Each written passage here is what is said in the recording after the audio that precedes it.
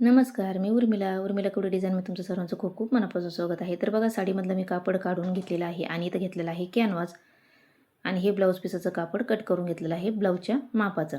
तर बघा, इथं घेतलेलं आहे अस्तर. तर बघा, हे अस्तर जे आहे ते आपलं क्लिअर कट माप असतं. तर बघा, याची लांबी घेतलेली आहे मी 14.5 इंच किंवा 15 इंच पण तुम्ही घेऊ शकता. तर बघा, त्याच्यानंतर इथं घडी घेतलेली आहे 10 इंचाची आणि त्याच्यानंतर इथं शोल्डर घेतलेला आहे मी 5.5 आणि 2 इंचाचा गळ्याची रुंदीची कट केलेली आहे आणि इथं घेतलेला आहे मोंडा 5.5चा. तर बघा, खडूने मार्किंग केलेली आहे आणि त्याच्यानंतर इथं घेतलेलं आहे 1.25 इंच. तर गळाची उंची घेतलेली आहे मी इथं 9 इंच आणि इथं रुंदी घेतलेली आहे 2.5 पावणे 3 इंच. तर बघा, अशी खडूने मार्किंग करून घेतलेली आहे आणि पान आकार देऊन घेतलेला आहे.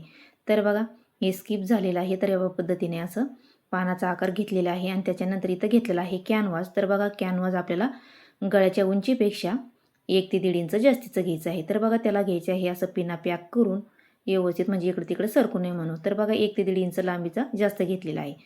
तर बघा, आता गळ्याचा जसा आकार आहे तसा आता आपल्याला पेनाने मार्किंग करून घ्यायची आहे. तर बघा, पान आकार असा आकार देऊन घेतलेला आहे. आता पिना आपल्याला काढून घ्यायची आहे आणि त्याच्यानंतर आपल्याला साईडनी 1.25 इंच घ्यायचं आहे. तर बघा, 1.25 घेऊ शकता किंवा 1.5 इंच पण तुम्ही घेऊ शकता. तर बघा, या पद्धतीने अशी मार्किंग केली तर गळ्याचा आकार आपला सारखा येतो. तर बघा, या पद्धतीने 1.25 इंचवरती मी अशी मार्किंग केलेली आहे आणि त्याच्यानंतर आता आपल्याला पेनाने डार्क करून घ्यायचं आहे. तर बघा, व्यवस्थित असा पानाचा आकार एकदम छान असा आपला आलेला आहे आणि त्याच्यानंतर आता याला मी पिना लावून घेतलेला आहे 2, म्हणजे सारखं कट झालं पाहिजे म्हणून. तर बघा, व्यवस्थित आता खडूने आपली पेनाने मार्किंग केलेली आहे तसं आता आपल्याला हे कट करून घ्यायचं आहे दोन्ही साईडने. तर बघा, हा झालेला आहे आपला कॅनव्हासचा पॅच तयार. तर बघा, व्यवस्थित असा आपल्याला आकार देऊन कट करून घ्यायचा आहे.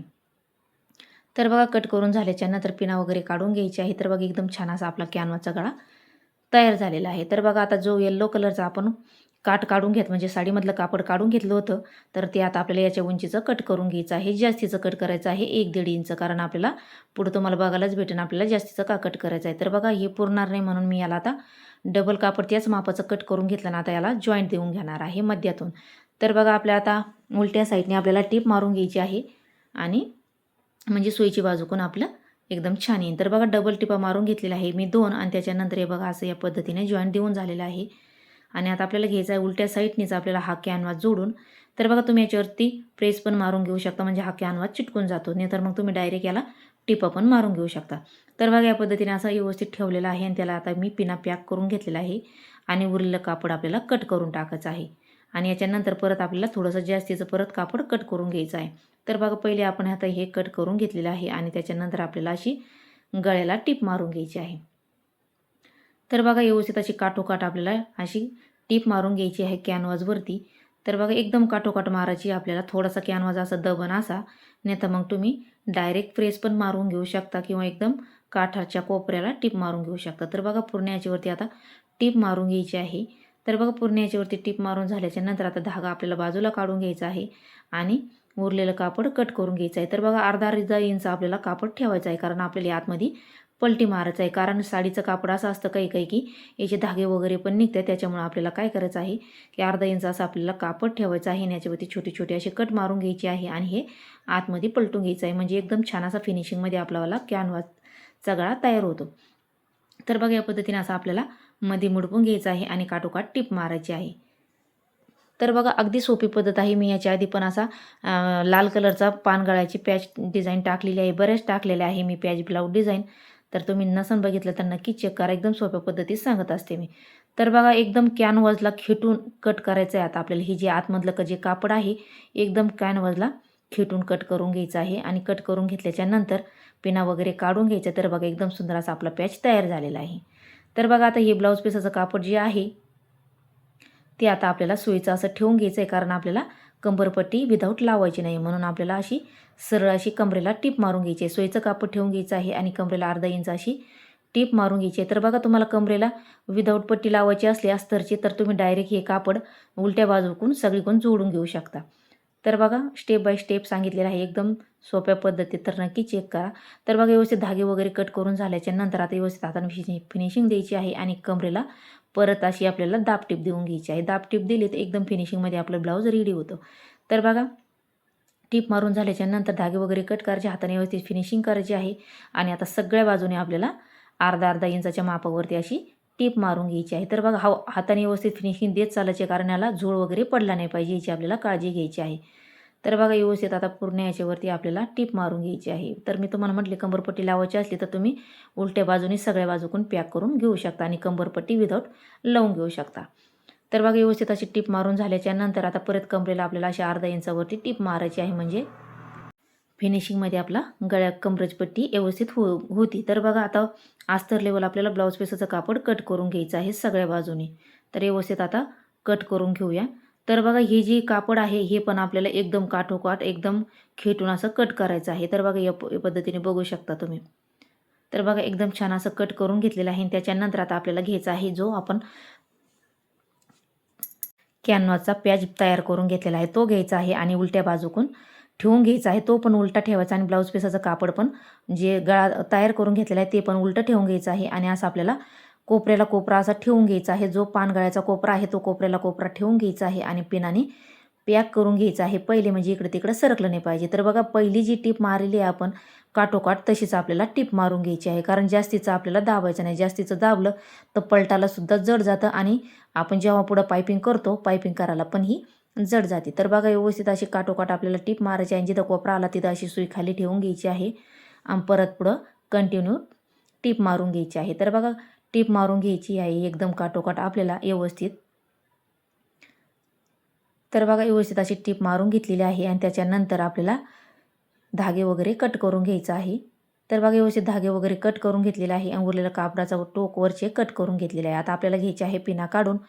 तर बघा पिना काढून झाल्याच्या नंतर याच्यावरती छोटे छोटे कट मारायचे आपल्याला अलगत, म्हणजे जी आपण टीप मारली आहे ती टीप अजिबात आपलीवाली त्याच्यावरती आपली कातर लागली नाही गेली पाहिजे. कातर लागली तर आपलं ब्लाऊज पूर्ण बिघडू शकतं.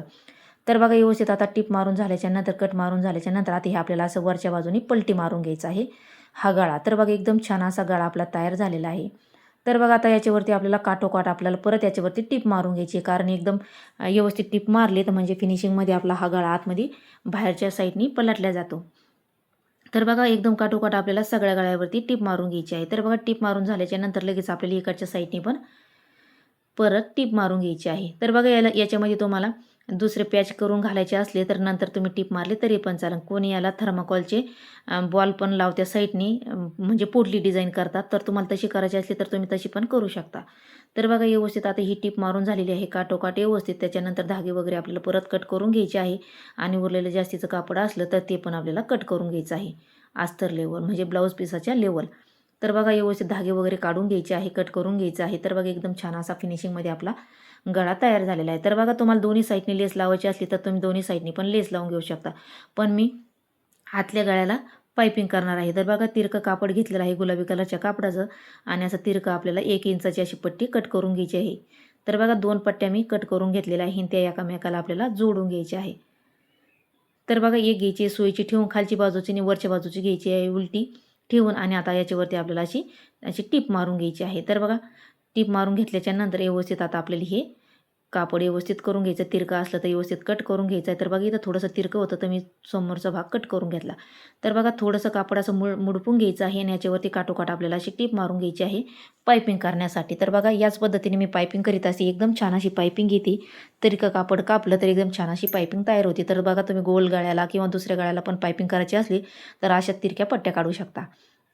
तर बघा आता तिरकी पट्ट्या आपली टीप मारून झाल्याच्या नंतर आता आपल्याला ब्लाऊज पीसाचं ब्लाऊज आपल्याला उलटं ठेवून घ्यायचं आहे आणि त्याला आपल्याला ही पट्टी जी आहे ती याची ठेवून घ्यायची आहे. थोडी थोडी अशी बाहेर येण्या पद्धतीने आपल्याला याच्यावरती काठोकाठ टीप मारून घ्यायची आहे.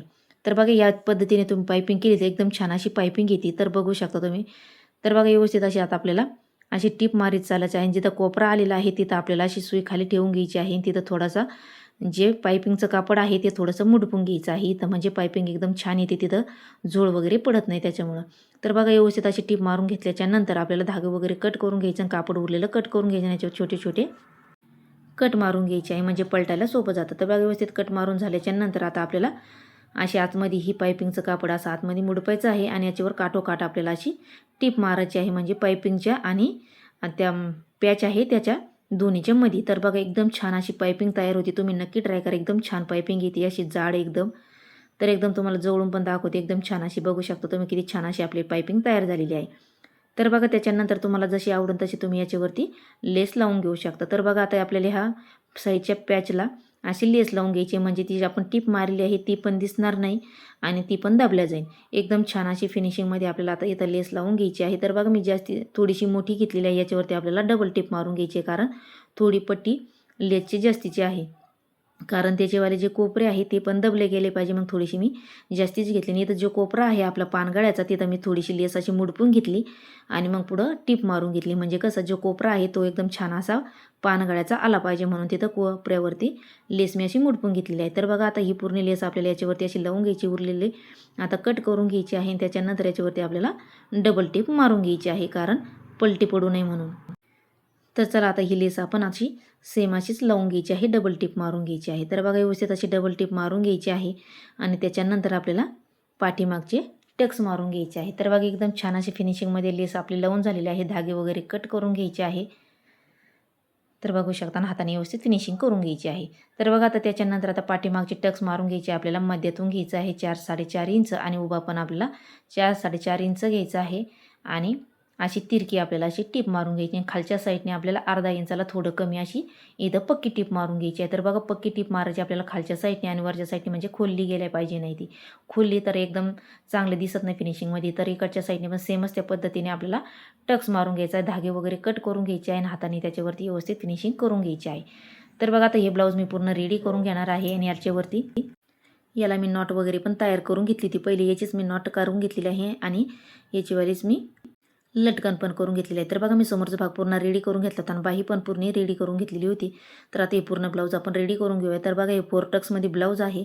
तर बघा एकदम छान असं फिनिशिंगमध्ये हे ब्लाऊज रेडी झालेलं आहे आणि याची शिलाई मी 350 रुपये किंवा 400 रुपये घेणार आहे. तर बघा एकदम सुंदर असं ब्लाऊज आपलं रेडी झालेलं आहे. तर तुम्हाला आजचा माझा ब्लाऊजची डिझाईन कशी वाटली नक्की कमेंट करून सांगा. चला भेटूया पुढच्या व्हिडिओत. तोपर्यंत धन्यवाद.